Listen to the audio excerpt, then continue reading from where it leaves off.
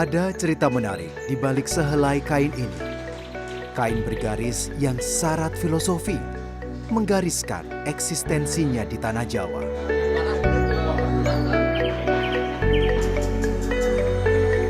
Garis yang telah membawanya melanglang buana ke pelosok negeri. Pesonanya lahir dari tangan-tangan setia meski telah berusia senja.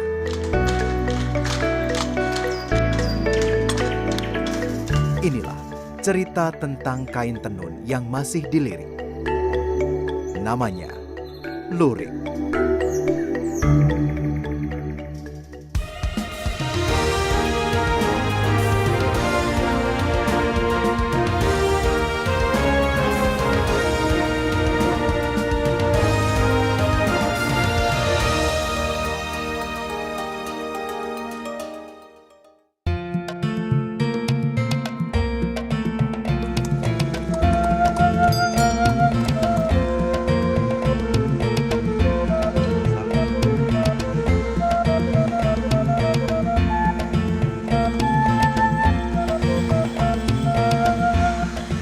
Lurik, begitu motif pada baju yang dikenakan oleh Margiono ini disebut. Kain khas Jawa dengan motif garis ini banyak ditemukan di wilayah Jawa Tengah dan Yogyakarta.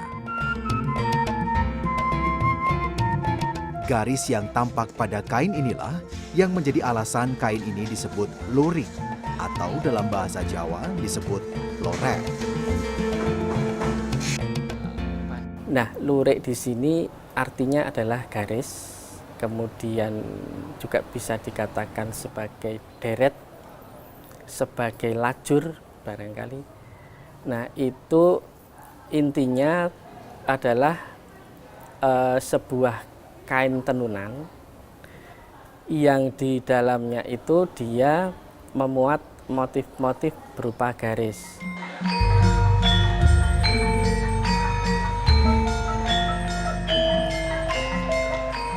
Konon, kain lurik merupakan busana kaum bangsawan. Hanya kalangan terbatas yang bisa mengenakannya. Dari beberapa sumber itu ada yang menyatakan itu ketika zaman Majapahit itu sudah ada bahwa dia sebagai atribut sebuah kerajaan begitu ya. Otomatis Demak juga. Kemudian setelah itu Mataram ya. Ketika Islam sudah masuk begitu ada kerajaan Mataram itu otomatis juga mereka membawa kebudayaan yang berasal dari kerajaan sebelumnya. Nah, kemudian dari Mataram kan kemudian pecah ya pada tahun 1755, kemudian ada Keraton Surakarta dan Yogyakarta, itu kedua wilayah ini mereka membawa itu juga lurik. Sehingga bisa kita lihat sampai sekarang bahwa di kedua wilayah ini lurik itu masih ada, bisa kita lihat sampai sekarang. Model baju yang biasa digunakan oleh para abdi dalam Keraton Yogyakarta ini dinamakan peranaan.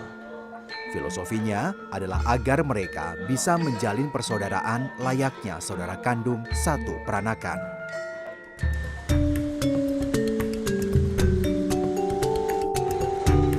Disinilah kain lurik banyak dijual, Pasar Beringharjo.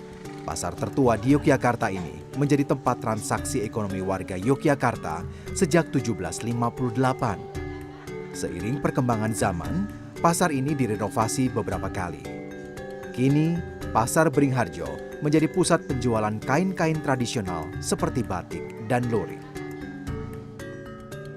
Kebanyakan, lurik yang dijual masih berupa kain. Harganya bisa mencapai Rp85.000 per lembar, tergantung kualitasnya. Meski hanya bermotif garis-garis, kain ini bukan tanpa peminat. Saya lebih pilih kain karena bisa dikombinasi dengan yang batik yang lain. Terus kalau kain kan bisa dijahit sesuai dengan kebutuhan badan kita. Jadi kita bisa mau model apa saja bisa, tapi kalau yang udah jadi kan kita nggak bisa pilih. Gitu. Oke. Oma sendiri kalau dari kain lurik sukanya apa? Apa yang Oma sukai dari kain lurik? Kain lurik itu sebetulnya kan kain tradisional yang sudah lama sekali. Dan memang dari nenek moyang kita dulu, pakaian di Jogja terutama ya, itu lurik itu menjadi kebanggaan. Meski bagi sebagian orang memiliki lurik menjadi kebanggaan tersendiri, nyatanya penjualan kain lurik tak seramai batik. Toko kain milik Kartini ini rata-rata berhasil menjual 40 lembar kain setiap minggunya. Belum terlalu tinggi karena minat ke lurik itu harus orang tertentu. Belum setiap orang suka lurik ya. Jadi perlu perlu sebuah dorongan supaya orang itu mau berpakaian lurik. Misalnya sering-sering ada fashion show tentang lurik. Di mana-mana harus digalakkan tentang lurik seperti waktu Ali Sadikin menggalakkan batik gitu. Itu tugas dari Provinsi Jawa Tengah mungkin karena lurik itu kan produksi di Jawa Tengah dulunya. Yang paling banyak itu lurik itu beli siapa saja, kalangan apa saja Bu, biasanya? Justru malah menengah ke atas ya. Karena menengah bawah itu tidak mau pakai lurik. Taunya lurik itu adalah untuk pakaian sorjan, kain panjang. Dan itu sorjan itu sekarang kan sudah jarang dipakai. Rata-rata pakaian jadi berbahan kain lurik yang dijual oleh pedagang di pasar ini berbentuk sorjan, busana tradisional Jawa. Harganya sekitar Rp75.000 per potong. Untuk menarik minat masyarakat terhadap lurik, banyak perancang busana yang gencar mempromosikan kain lurik melalui kreasi berbagai produk pakaian.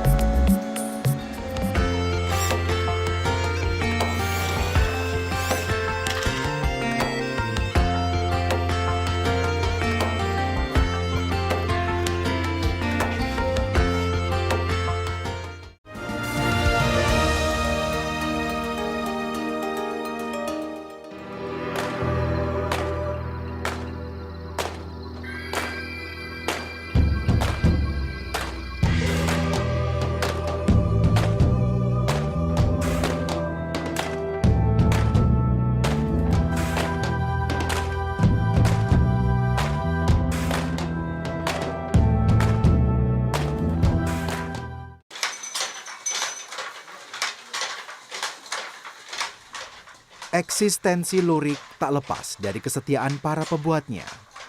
Adalah kelompok lurik Kembangan Maju Mandiri, satu-satunya perajin lurik di Dusun Kembangan 2, Desa Sumberrahayu, Kecamatan Moyudan, Sleman, Yogyakarta, yang masih bertahan memproduksi kain lurik. Mereka menggunakan alat tenun bukan mesin atau ATBM.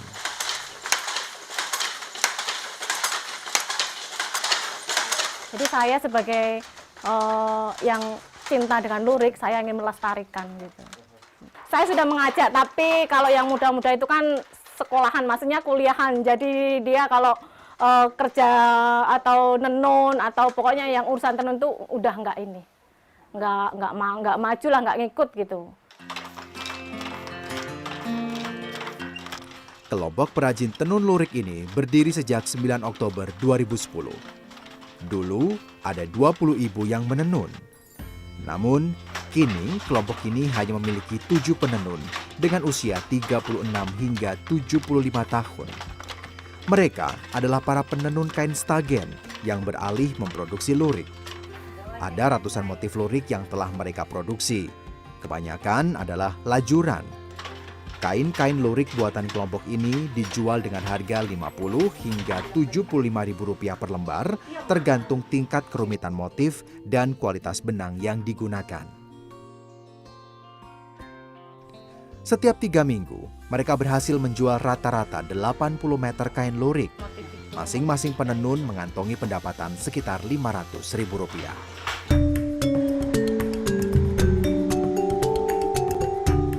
Meski bukan menjadi pusat penghasil tenun lurik, bukan berarti Yogyakarta tak terlibat menjaga eksistensinya. Bahkan di kota ini banyak desainer muda yang fokus memproduksi pakaian berbahan lurik. Dani Wilastri adalah salah satunya. Perancang busana kelahiran Surakarta 10 Mei 1986 ini mulai mendesain pakaian bermotif lurik sejak tahun 2012.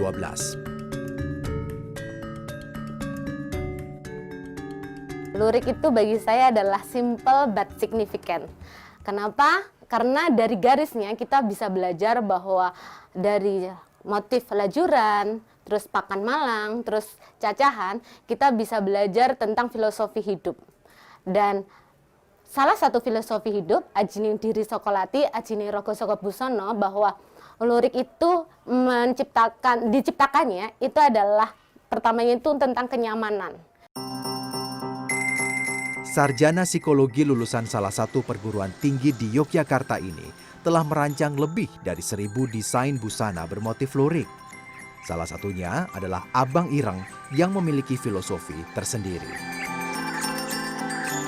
Abang Ireng itu artinya adalah, abang itu adalah berani, terus dari itu dijiwai dari darah, kemudian ireng itu adalah hitam, yang artinya setiap kehidupan pasti akan mengalami jatuh dan mengalami keterpurukan dalam hidup. Makanya dari Abang Ireng itu adalah semangat untuk kita bangkit dari keterpurukan dan menjadi lebih baik. Seperti itu pesannya. Meski berusia muda, Dani piawai memadu padankan warna dan motif lurik dalam setiap karyanya. Motif lurik berupa garis-garis yang dikenal klasik dan terkesan membosankan berhasil disulapnya menjadi lebih menarik.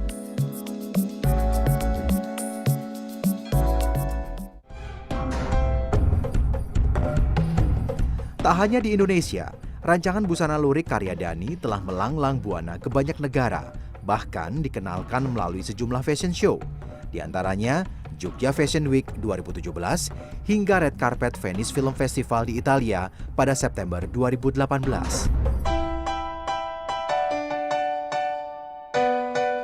Busana lurik rancangannya dipasarkan mulai dari 750.000 hingga jutaan rupiah. Baginya, lurik adalah salah satu kain tradisional yang patut dilestarikan sebagai identitas bangsa yang memiliki nilai seni tinggi. Waktu memulai, itu memang sangat sulit sekali terkait dengan bagaimana lurik bisa diterima masyarakat luas. Karena ya ada yang bilang membosankan, terlalu tua itu tadi. Sempat gitu berpikir, aduh kayaknya ini bisa laku nggak ya kayak gitu. Tetapi satu hal yang perlu saya yakinin bahwa saya sebagai orang Jawa, dari Solo juga, dan bagi saya lurik itu adalah identitas dari tanah kelahiran saya, identitas bangsa saya.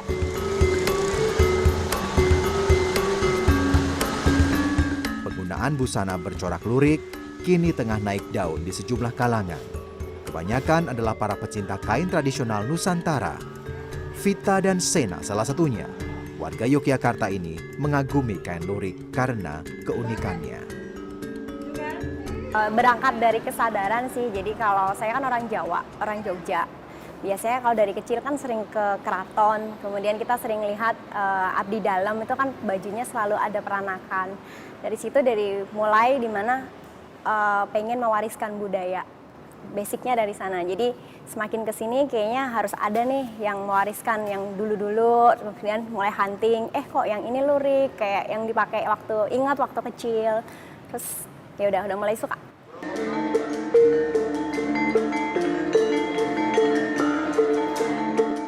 Wanita berusia 33 tahun yang berprofesi dalam bidang teknologi informasi ini selalu menggunakan busana lurik hasil rancangan desainer. Meski berharga mahal, baginya menggunakan pakaian lurik karya para desainer adalah bentuk apresiasi yang tak dapat dinilai hanya dengan rupiah. Sama seperti Vina, Sena juga mengagumi kain lurik karena keunikannya. Ibu rumah tangga berusia 43 tahun ini hobi mengoleksi pakaian bercorak lurik sejak tahun 2012.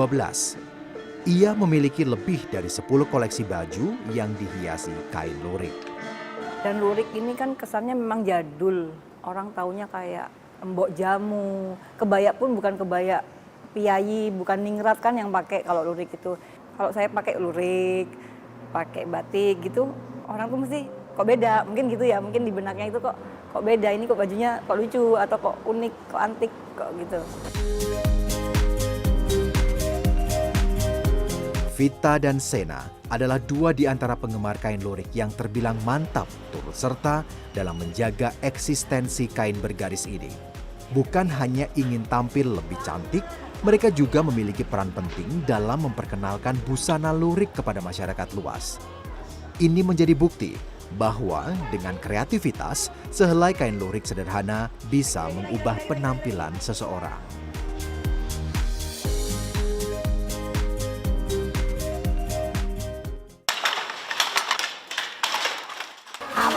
Awalnya soalnya ngajar, tak durunge isih bojangan ngajar. Lah umur 15 tahun ya wong iki angon kebo kon nang ngajar dhisik kepengin kancane.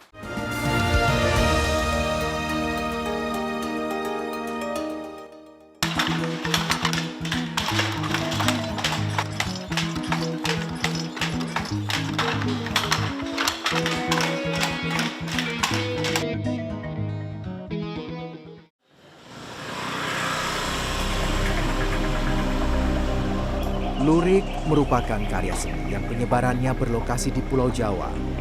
Kabupaten Klaten menjadi salah satu sentra pembuatan kain ini.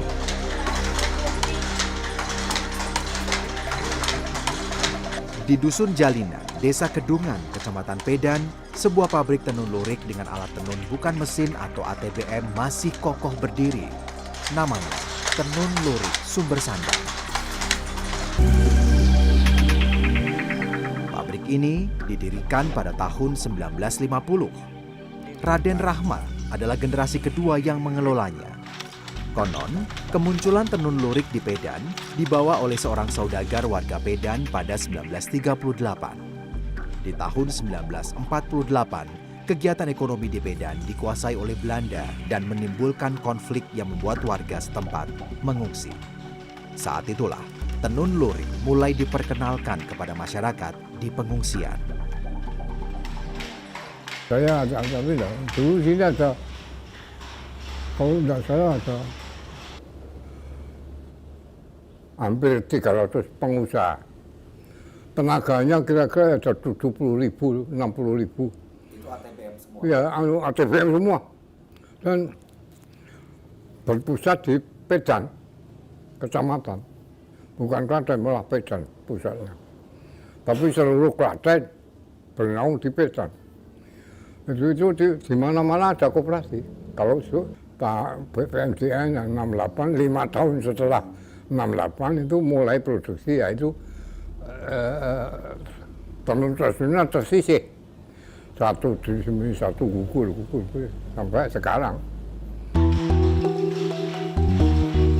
Meski usaha pembuatan tenun lurik dengan ATBM di Klaten kini semakin tersisih karena banyak bermunculannya pabrik tenun lurik dengan mesin, jumlah perajin tenun lurik di Kabupaten Klaten cenderung bertambah dari tahun ke tahun. Dinas Perindustrian Perdagangan, Koperasi dan UMKM Kabupaten Klaten mencatat pada tahun 2018 ada 386 orang yang berprofesi sebagai penenun lurik. Jumlah ini lebih banyak bila dibandingkan dengan tahun 2015 yang mencapai 325 orang penenun. Salah satunya adalah Painem. Nenek berusia 73 tahun ini adalah satu dari 30 karyawan yang bekerja di pabrik tenun lurik Sumber Sandang. Puluhan tahun sudah, ia setia menjadi seorang penenun lurik dengan ATBM.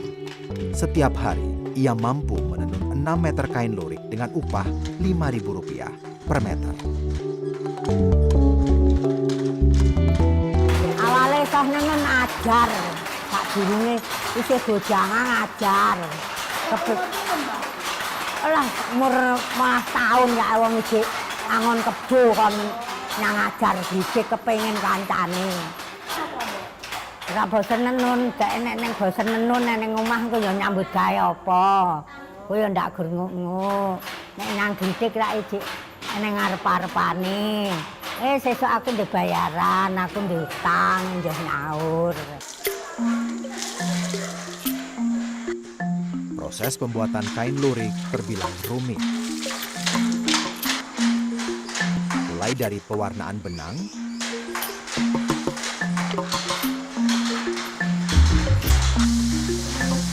pengeplosan, penyucuan,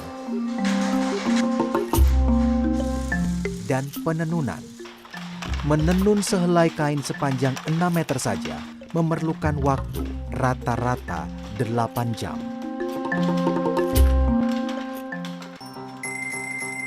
Tenun lurik buatan pabrik ini dijual mulai 25 hingga Rp150.000 per meter, tergantung motif dan benang yang digunakan. Bahkan, untuk tenun berbahan sutra, harganya bisa mencapai Rp350.000 per meter. Kebanyakan pembeli kain lurik di tempat ini adalah pelanggan setia.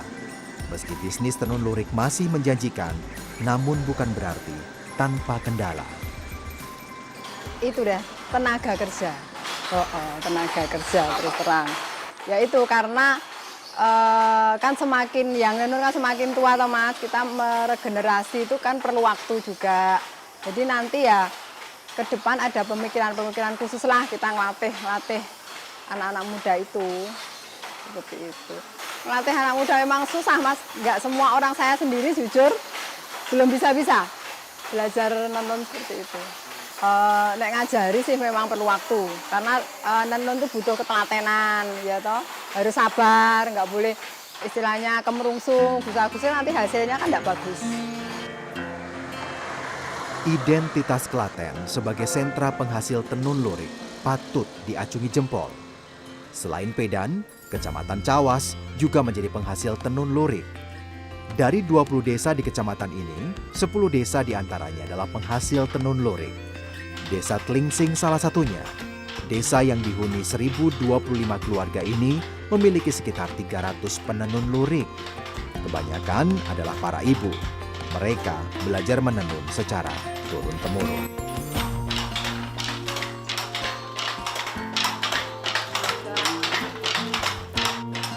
Kok setiap masuk kampung sini tuh terdengar bunyi oklek-oklek itu, yang bikin mungkin asik gitu. Terus ada teman-teman kok sering banyak pengunjung, tiba-tiba pengunjung sini. Terus lama-lama kelompok kami bagaimana kalau Tlingsing ini kita jadikan wisata edukasi.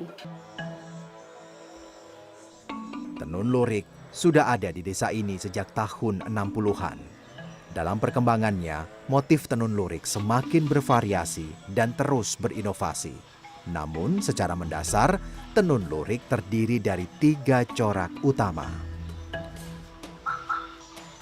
Di dalam lurik, motif atau ragam hiasnya pada intinya dibagi menjadi 3 corak ya. Yang pertama adalah corak yang disebut lajuran. Corak lajuran itu adalah corak di mana dia tetap garis ya, tetapi dia formasinya adalah secara vertikal. Kemudian ada lurik dengan corak pakan malang. Malang itu artinya melintang ya. Kemudian ada satu lagi yang namanya corak cacahan. Corak cacahan itu adalah kombinasi antara corak lajuran garis lurus yang vertikal tadi dengan corak pakan malang yang dia memiliki garis secara horizontal. Nah, itu menghasilkan motif-motif kotak-kotak. Bukan hanya mengembangkan motif, perajin tenun di desa ini bahkan berkreasi dengan menghasilkan kain dengan pewarna alami. Beragam tanaman mereka jadikan bahan pewarna alami. Daun mangga misalnya digunakan untuk menghasilkan warna hijau. Sementara warna coklat bisa didapat dari kulit kayu mahoni. Proses pewarnaannya cukup panjang. Kulit kayu direbus hingga airnya berwarna coklat pekat. Kemudian benang dicelupkan hingga menghasilkan warna yang diinginkan. Untuk memperoleh warna coklat tua, maka proses pencelupan dilakukan beberapa kali. Sementara untuk mengunci warna, mereka menggunakan tawas, tunjung, dan kapur.